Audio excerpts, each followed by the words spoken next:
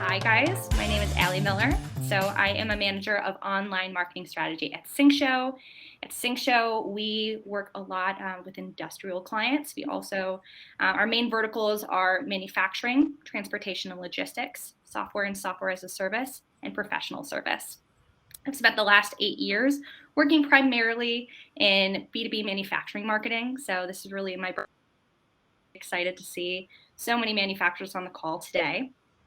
Today's call is really all about sharing our knowledge and expertise. Why we started this HubSpot user group is really to create a safe space for us to impart wisdom and share tips and tricks with people that are passionate about digital marketing and HubSpot. So we're so excited to share with you today.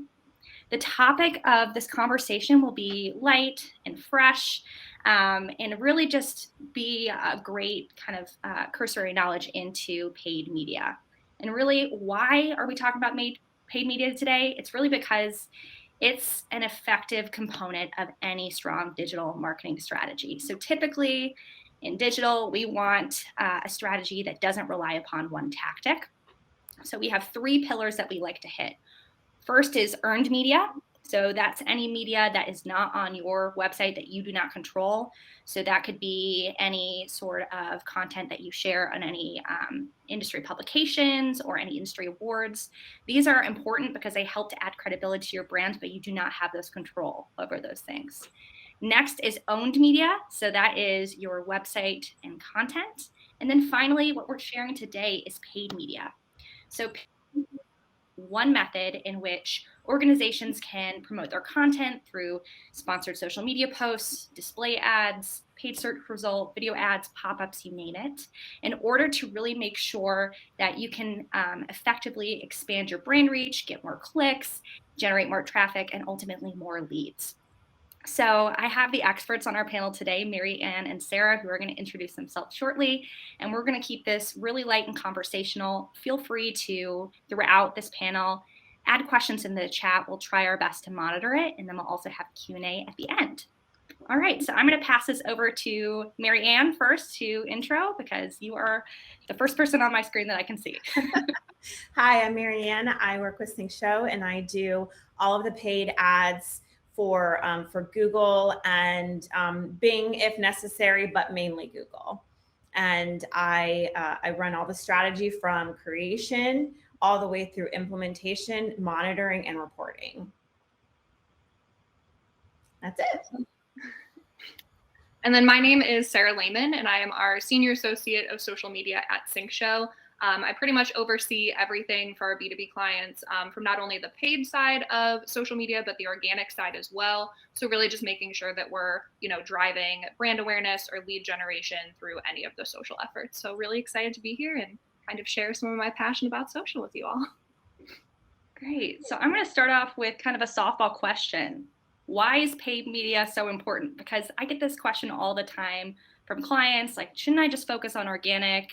Shouldn't I just build out my website and do organic social? Like, why should I be doing paid media? And how would you answer that? I'm going to start with Marianne, and then we'll go over to Sarah after that.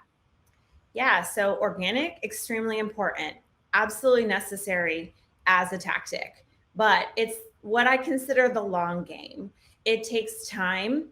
You say you have a list of keywords that you really want to rank for, but they're competitive keywords. They're going to take time. Paid ads is the short game. It can get you there and get that traffic to your site with the keywords you are targeting day one. And if you have the budget for it, I say, you can go after some of these competitive words that it could take you years to rank for organically. And, a lot of traffic that comes from organic, we optimize blogs, right? We optimize some of the deeper pages on your site so that we can, start ranking for these keywords and really look like a thought leader. Whereas Google, we focus on high intent keywords that people are Googling in order to get the answers they want and the solutions they're looking for. And when you are there and you are prominent, it's going to make a world of difference in getting the traffic you're looking for that might take you a long time. Yeah, I think that's an excellent point about it. SEO being the long game and this being an opportunity to really optimize for those keywords. And honestly, I think most of the time, industrial companies and really B2B companies in general kind of conceptually understand that people are Googling. They're looking for solutions to their problems. But Sarah, oftentimes I do get some pushback from especially industrial clients about paid social. Like, are people really on social media? Like, should we really invest our time here in social ads? How would you respond to that?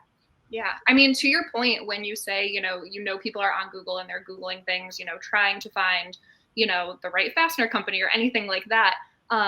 People are also on social media and they're looking for recommendations on tons of different things. So that is kind of where we're coming in as, a new search engine really with social media. So paid media is really going to allow you to directly target your relevant customers, but it's also going to teach you a ton about your target audience that you might not necessarily know already. It's going to teach you exactly what kind of promotions they're going to react to. It's going to show you how to get the most engagement out of those promotions. It's going to say, what your audience actually looks like demographic wise. You might be targeting, C-suite at a company, but it's really someone else who is making, the decisions on, where your product would lie. So that's really great information to, come through as well. And then it's really just going to, improve your reach to those people, your targeting, your speed to market, everything like that. Mhm. Excellent points. Well, it's clear that from listening to you guys that paid media is here to stay. It's an important part of your strategy. My question for both of you, and I'm going to start with Marianne on the PPC side. Is there any situations where you would say pay-per-click is not a fit for a client? Yeah, absolutely. When it's like most basic, if it's highly competitive and you don't have the budget, you can't play in a space that is that has 10,000 searches a day and you have a small budget to play in that space. If you want to make money, you got to spend money.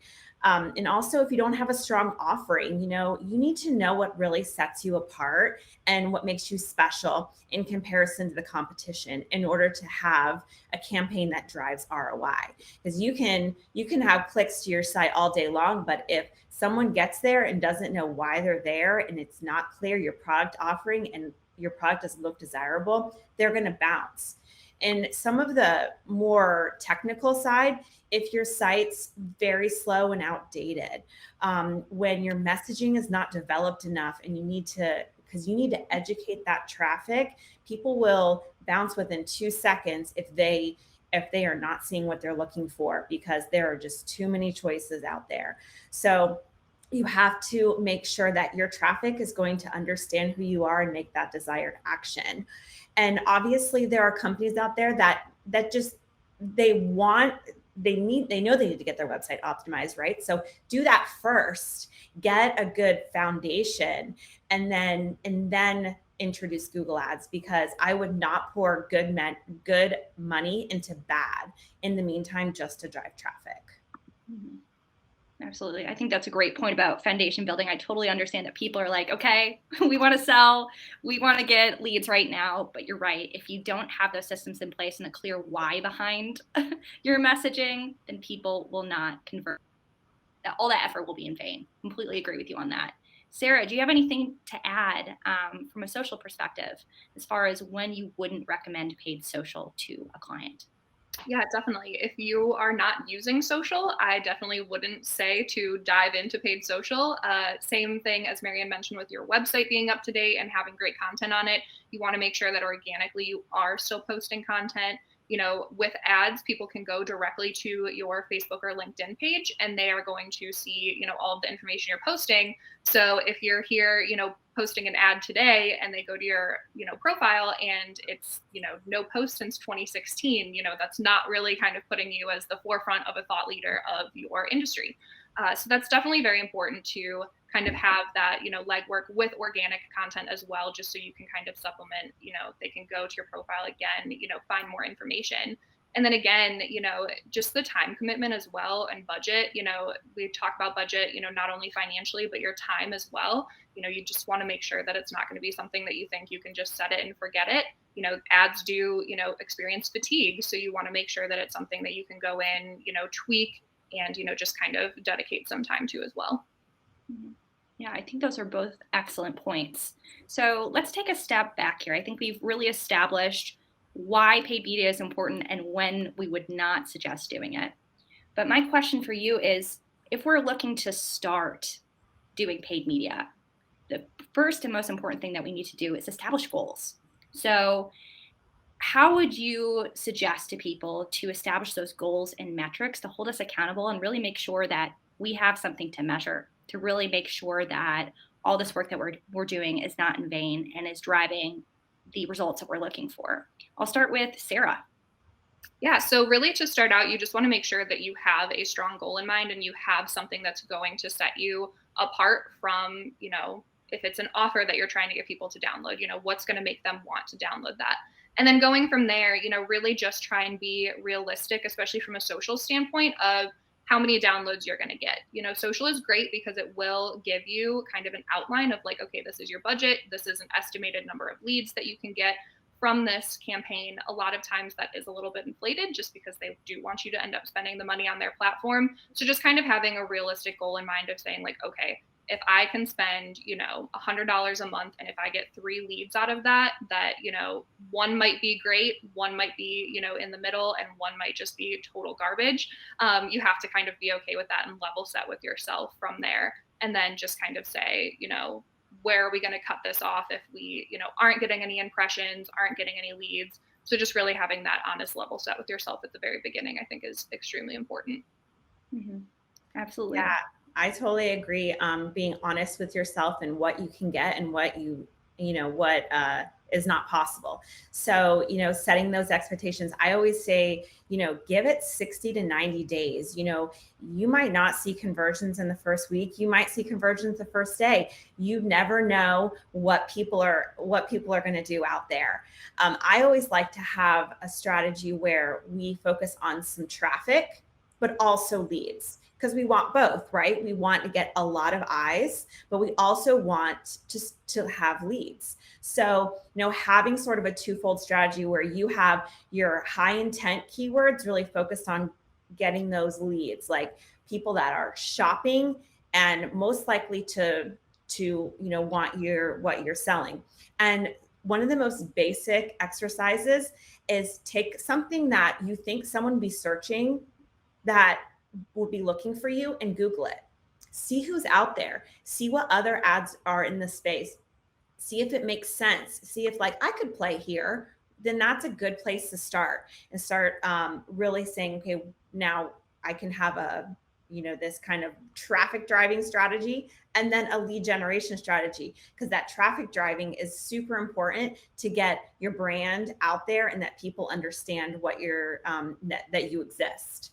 And, you also want to focus on what, you want benchmarks. So Google provides a lot of information about what typical industries would get as far as conversion rate, click-through rate, cost per click. And you can establish, okay, the typical industry might be a 2% conversion rate. So I'm going to shoot for a 2% and know that if it doesn't make it, okay, what can we do better next time? But just having those benchmarks is really helpful to know out the gate. Mm-hmm. I think those are great points, Marianne. And I want to delve a little bit deeper into keywords. How do people look and make sure that they are driving the right audience? And there's a few different types of keywords you can do. I mean, you had mentioned search intent or exact match. Can you delve a little bit into that deeper and why it's important to have a mixture of all of those? Yeah. So, there's 3 different types of match types within Google, and they can be a little complicated, but the most simple form, there's broad, phrase, and exact. So you think of exact match like, I want my ad to show for exactly this keyword. Sometimes Google will go a little bit out of that, but stay pretty true to your keyword. Now, if you go phrase match, you say, okay, take this word and match it as closely as possible, but it's okay to add a few words in between or on the, on the end. So you might say you are a fastener, you're looking for fasteners fastener company, right? And that's your keyword, fastener company. But you might show up, if you're a phrase match, you might show up for fastener company near me or something like that. And then when you look at a broad match is very liberal when it comes to Google. So you could put in the word fastener keyword and you could literally show up for the word clips or screws or, you know, window treatments. Like it is insane what you might end up showing for. So it's important to do your keyword research, know what you don't do and what you do, and make sure you negative match those keywords. You can put in specific terms so that it blocks your ad from showing on something that you don't do and is not relevant to you, so that you can really refine that traffic. So broad match is great in a lot of purposes if you want to drive traffic and really expand your reach, but you have to be strategic about it because you might get a lot of unqualified traffic at the beginning. Also look at what your competitors are doing. There's a lot of competitive research tools out there that show you what they're bidding on, what they're spending, and you can get an idea of where you are and where you fall within the competitive landscape. I think those are all excellent points. Sarah, I'd love to pass it over to you because paid social is a little bit different. And depending on the platform, there can be a few different ways that you can really approach building an audience. So could you share with me the top 3 main audience types and how you typically use them for your clients? Yeah, so the first one that I would talk about is retargeting. So this is pretty much just going to be anyone that already kind of knows your brand. It could be someone that's come to an event that you've had, someone that's currently following your page, really just anyone who already knows about you. You can also upload customer lists for this if you have like a new product launch that's coming and you just want to reach them on as many different platforms as you can. This is a great way to just kind of retarget those people who already know your brand, are interested in what you're doing, just to get the word out about something new you might have going on. And this is available on pretty much every major social platform that you have. The next one is lookalike audiences. This one's a little bit different. So with Facebook and LinkedIn, it's very easy to do on Facebook. LinkedIn, it's done through a list upload, and there's a ton of different, qualifications that you have to have, certain numbers of matched individuals. So it can get a little tricky to do a lookalike audience on LinkedIn, but not impossible. So again, this is just basically for, taking that information from your potential clients or people who already are, customers, people from that retargeting list, and then just kind of making a lookalike audience. So how, they follow their behaviors. So they're searching for the same things. They're interested in the same things. It's really just going to, target those people to kind of pull in them who might not necessarily know about your brand. So that's a really great, brand awareness play. And then persona audiences, this is where you're really going to go in and fully create your own audience based on your personas. So targeting things like job titles, different interests, different Facebook or LinkedIn groups that they might be involved in that are surrounding your industry. This is where you can really go in and kind of nitpick and target exactly who you want to. With both of these, especially for Facebook and LinkedIn, they do have audience expansion options for that. And that's similar to what Marianne was saying. If you enable those, you're probably going to bring in, some people who might match 1 or 2 things, but some of the demographics might be off. So they might not necessarily be in the industry or position that you're looking for. So most of the times it's just better to toggle those off, especially when you're getting started, just so that you can kind of, make sure you're bringing in as much quality and really focusing on your actual audiences. Mm-hmm. Awesome. I think those are great insights. So I want to pivot over to Marianne. So I'm going to give you a hypothetical scenario here.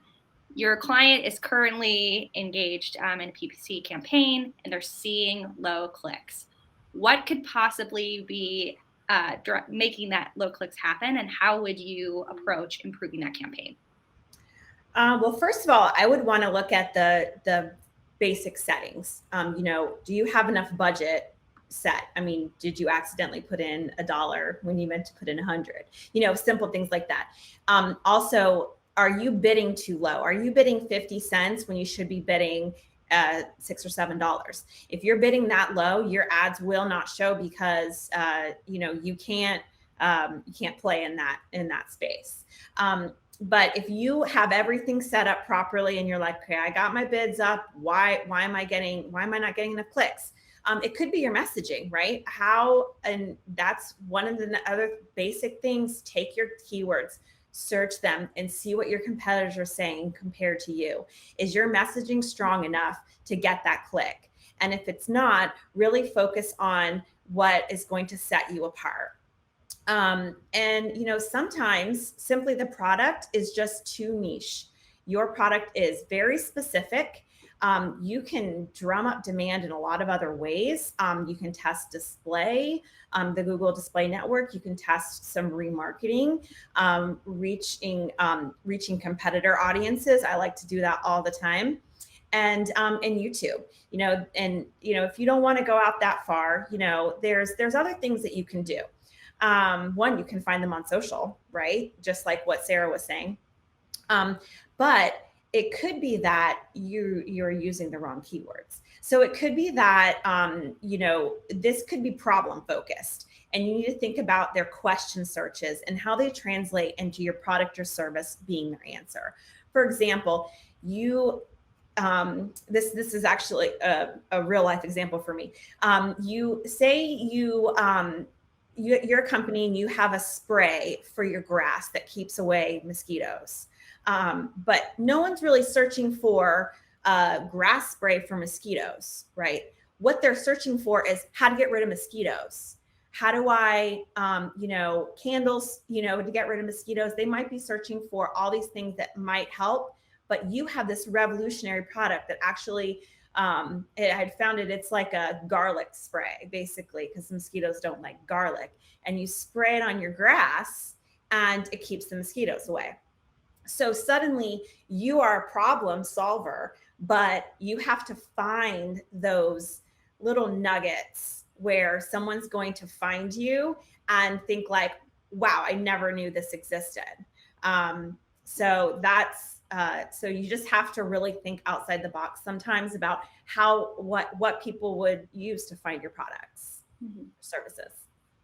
No, I think that's fantastic. And I think oftentimes, again, you're right. Like sometimes you are that niche product that people just don't know exists. So I think those are some great solutions that you provided. I want to pivot, and I'll ask this to both of you.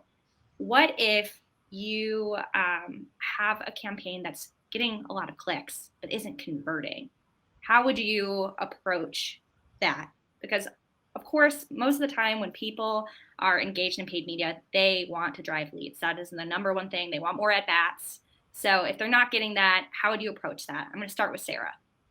So from paid social, this is actually pretty simple. I would just switch it from driving traffic to your website to an in-platform form fill. So with this, as soon as someone clicks on that ad and says download now or sign up or learn more, it's just going to pop open that form directly on their page.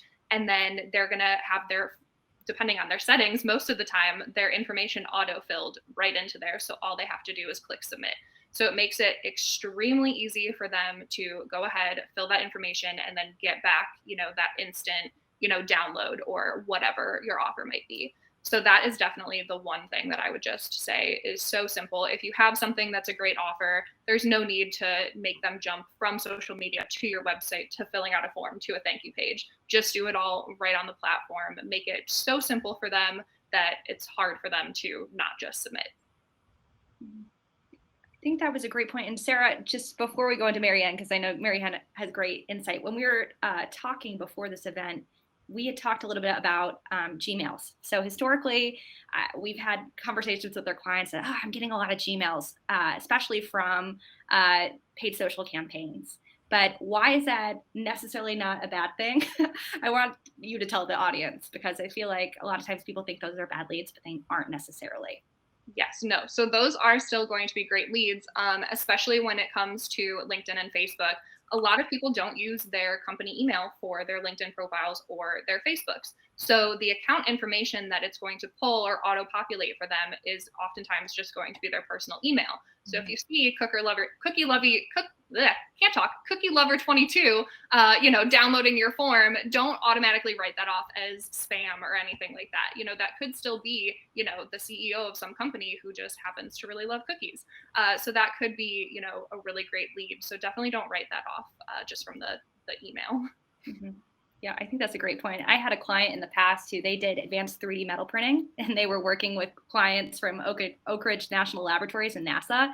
And a lot of times we would get Gmail fails simply because the filters on their emails, their government emails, were just too much that they knew if they filled out the form with that, it would never come through. So I completely agree with you there. And I think that's a great point. Marianne, going back to my initial question, if you have a client that is getting clicks and traffic, but they're not getting conversions, how would you approach that? So I love what Sarah said about being simple, right? You have to think about your own consumer behavior. What makes you jump off a site? It's not working properly. It's not fast enough. It doesn't give you what you're looking for. The sales process or the shopping cart process is wonky. I don't understand this form. Why is it asking me for this? Really make sure that there is a clear path from your ad to your landing page to your offer. So know what you're giving away. If it's gated, it needs to be something people really want or need. Make it valuable. If it's something that people can just find somewhere else, then it's not going to be worth someone's personal information. You really need to think on the landing page. You really have a clear, thought out headline. Break up the content on the page. Mix text with graphics.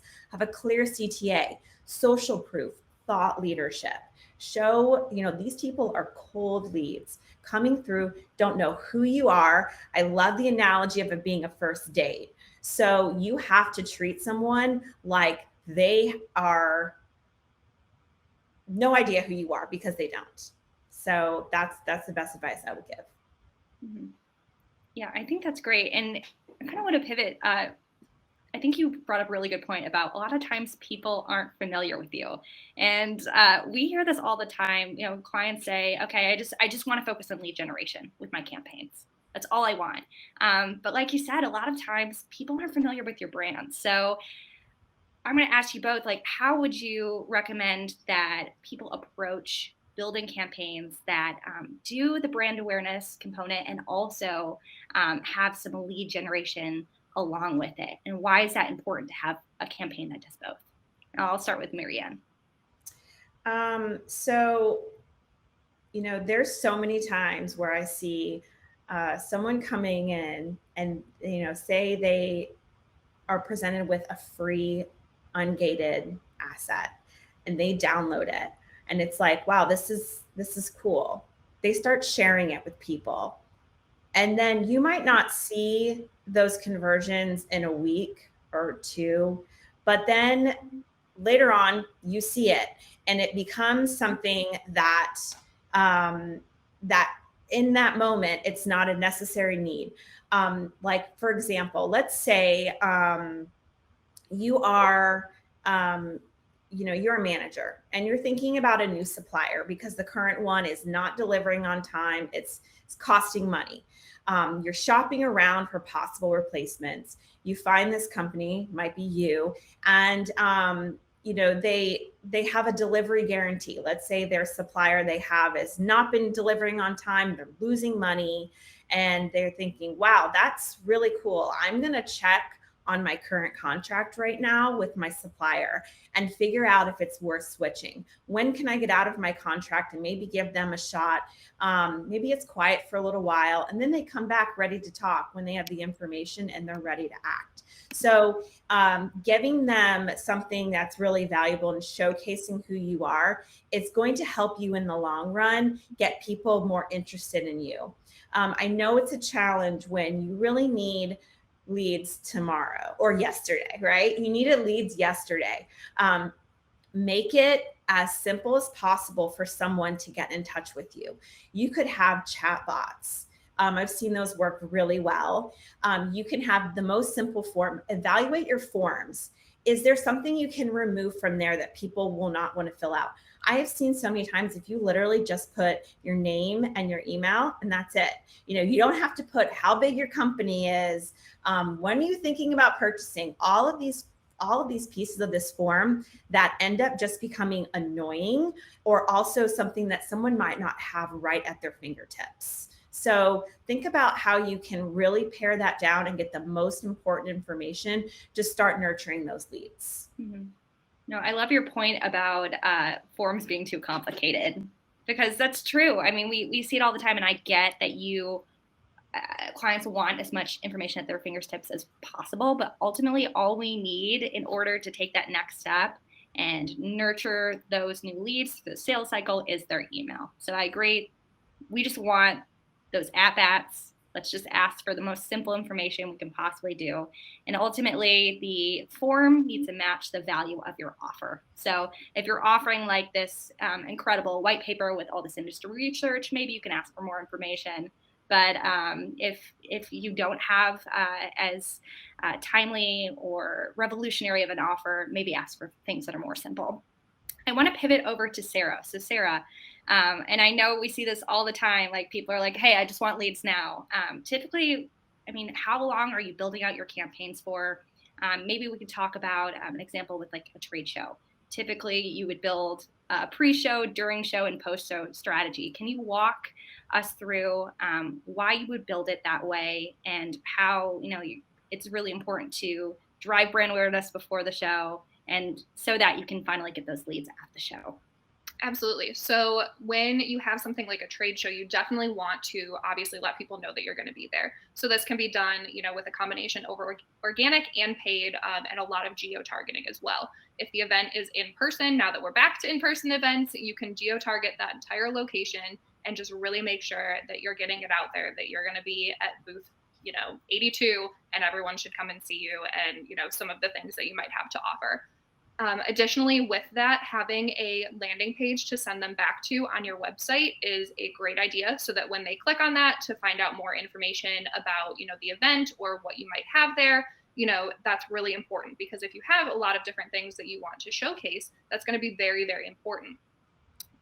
For the during show, you're really going to target people again by the location. They're there, they're here for the event.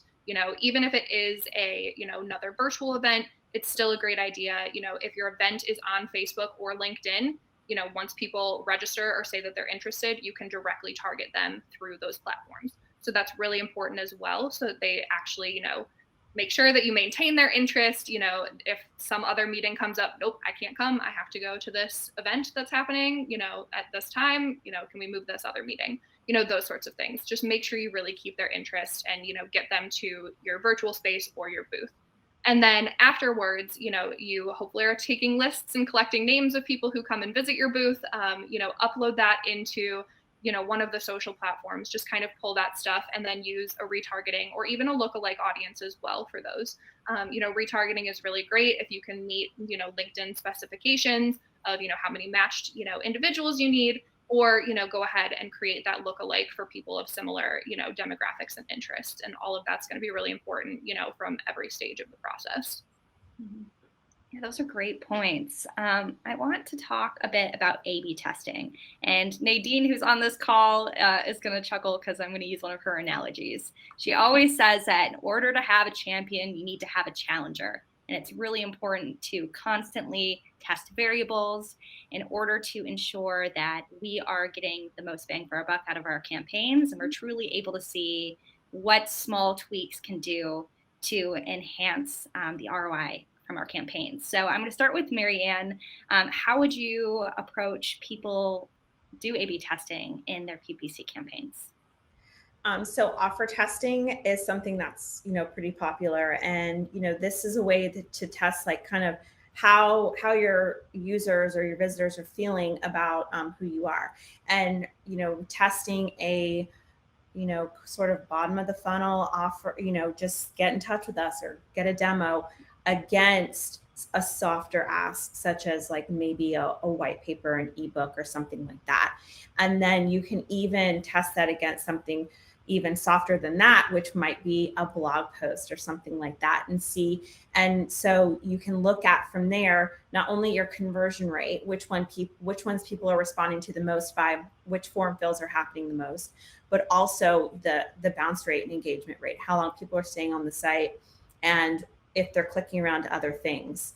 I also like A/B testing when it comes to different, how the page is laid out, right? You can have different headlines or, testing out a video on the top versus, in the form on the top or whatever you want. You can move elements around on the page and test out those pages and see which one people end up engaging with the most, because 9 times out of 10, people will not scroll all the way down to the bottom to see that valuable information. So test putting it at the top, and especially from mobile devices, like, we're seeing 70 to 90% of traffic comes from mobile device. Now it's a little bit different when it comes to industrial. A lot of people are at their desk or, so we see most leads coming through desktop still from paid ads, or a majority.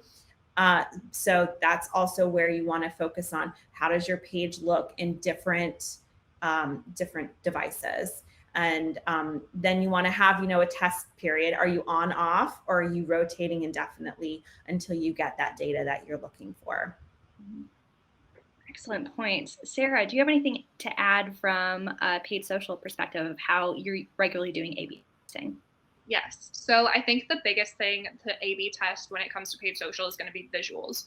So visuals are so important, because a lot of the times when people are scrolling on social media, that's the first thing that's going to catch their eye. It's not going to be, the little caption for your ad or anything like that. It's going to be the visual. So just making sure that you really have something that is not only true to your brand, but also eye-catching and, going to draw them in to want to read more about whatever your offer is. That's really important. So definitely even setting up like 1 or 2 ads, and kind of just having them running at the same time, see if one starts to way outperform the other, then you can shut the other one off, funnel all of your budget back into that one ad that is outperforming, and then, just have that one running. Another great thing to bring up with that, and I mentioned it earlier, ads do also experience fatigue. So just making sure that you do have, backup, assets and images and other, content that you can put out there, especially the written content, definitely don't forget about that. That is also still important, but I would say the visuals is really what is going to, draw you in. And we've had a couple clients in the past where, ads were just not performing the way that we thought that they were going to. And we came back to them and said, hey, let's just change the visual on it, make one small tweak to it. We did that. And then all of a sudden it starts performing, getting, leads and, links back to their website and everything like that. So it's definitely very important. And don't be afraid to, play around with it too, especially if you're switching from LinkedIn to Facebook, make it a little more playful, add some animation to it. Canva is great. It has all of your preset things. There's templates in there. You can change it to your brand colors, add a little bit of animation, and just kind of plug it in there and, have that really speak for itself. Mm-hmm. No, I think that's a great point about Canva. I think a lot of times people get hung up because they're like, maybe I don't have graphic design in house, but I mean, there are so many tools out there. You don't need to be a graphic designer. Now, mind you, graphic designers are important. I see Shelby on this call. She's a graphic designer. She's amazing. But a lot of times just to get something out there, it's important just to get your campaigns up. You can adjust and modify it over time. Once you've started to drive those leads, using more professional graphics and seeing how that plays into the fold and helps you drive even more ROI. So my next question is, what tools are you using to evaluate the effectiveness of your campaign, and how often are you going in and making tweaks? I'm going to start with Marianne. So really, you want to make sure that all of your systems are talking to each other, that Google Ads is talking to Analytics, which is talking to HubSpot, if you're using, obviously, HubSpot. So, Google, you can see all these leads coming through, right? Or conversions, but you want to look in HubSpot to see those conversions and how good they are. Going through and evaluating. I like to do this. I do a gut check kind of on a weekly basis to make sure that the leads are happening and they're coming through. But then on a monthly basis to really sit down and say, how many MQLs, how many SQLs, how many were opportunities, how many were valuable enough, where did we spend our money, and where did we get our leads from? And really making tweaks that way so that you can maximize where you're getting your leads and really put less emphasis on where you're not getting your leads or where you're seeing some unqualified leads coming through. I also love looking at the traffic sources in Analytics to see, or in HubSpot, to see which one's driving the most traffic and which ones are driving the most leads. Because sometimes, learning how you can improve those metrics are really important. if you're seeing a ton of leads coming from organic, what are they doing? What are they acting on? How can you replicate that in other channels, such as Google Ads and in paid? I also like to look at the path that people took. What was the first thing they engaged on? Once someone fills out a form on your site, they become a contact. So you can go back to original source and see, where was the first touch? Were there other touches in between? And who eventually got the final credit for getting that lead? And a lot of times people start in paid and end up converting on your brand in a direct way, and direct gets the credit, but Google Ads was an influencer. And that's very important to know when you are looking at the whole picture. Mm-hmm. Absolutely. Sarah, do you have anything to add about tools that you're regularly using and how often you're going in and tweaking your campaigns? Yeah, so aside from HubSpot, which is great, using the in-platform, Facebook Ads Manager, LinkedIn Campaign Manager, those are also great. If you don't have access to HubSpot, you can change around your view on the back end to make sure that all of the metrics that you want to, have at your forefront of your campaign to monitor are just laid out right in front of you. So, it's just a quick column change right in the platform for all of that information right there. And then again, monitoring on a weekly basis, just making sure that everything is running smoothly is great. But then I typically on a bi-weekly basis will go in and do a little bit more of a deeper dive and just make sure that we're still targeting, the right audience, making sure that we're not seeing, a ton of HR managers when we're trying to target a bunch of purchasing, job titles, just things like that can kind of change at the drop of a hat, and making any adjustments there that do end up needing to be made. Mm-hmm. Excellent point. So we've really talked about how to develop these effective campaigns and measure them. But what we haven't touched base on is that next step. We've taken all this work, we've driven leads. What happens next? How do we make sure that those leads become customers so that you can fully see ROI from your efforts? What advice would you give to our listeners today about how to develop sales automations and workflows in order to ensure that you can see that full life cycle close customer from your paid media efforts? I'm going to start with Sarah. Yeah, so as you mentioned, the automation of this is going to be very important. So if you do have your ads connected to, a CRM system similar to HubSpot, if not HubSpot, all of those contacts are going to be pulled in automatically for you. So anyone that is filling in those in-platform form fills, all that information is just going to funnel right into your contacts. So it'd be extremely easy to go ahead and then create a workflow and just send them a follow-up email, add them to a drip campaign of something similar, that is close to your offer. So if your offer is, for a new product, add them to a new product drip campaign. It's as simple as that, just kind of making sure that they, stay in the funnel, you're nurturing those leads. And then even, if depending on the company that they're with or, other demographics, that will pull in from their form fill, seeing if, does sales need to reach out to this person? Should we, contact them in another way? What kind of other, emails can we send them, those sorts of things. So it's definitely, very key to make sure that you follow up with these individuals and don't just let them kind of fade into the background. Mm-hmm. Excellent points. Marianne, do you have anything else to add on this point? Yeah, I agree with, I was going to talk about the last point Sarah made. Make sure you actually talk to these people and contact them. These are hot leads. Treat them that way. When they come in, if someone fills out a form that they want to talk to somebody, they're already in the mindset, they filled out the form, contact them as soon as possible, because they might have filled out 3 other forms in other sites. But if you're the first one to talk to them and you look like, oh, I'm sitting at my computer, I'm ready to work with you, you are going to help them. So many times I see leads that are just sitting there and it's like, oh no, this person, it went to in cyberspace somewhere. No one contacted this person.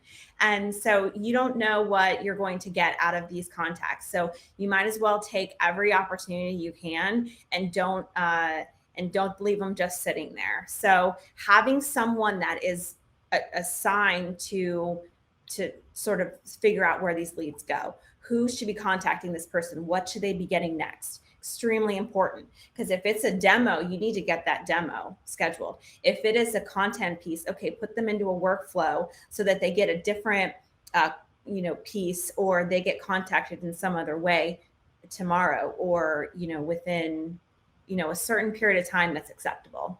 Mm-hmm.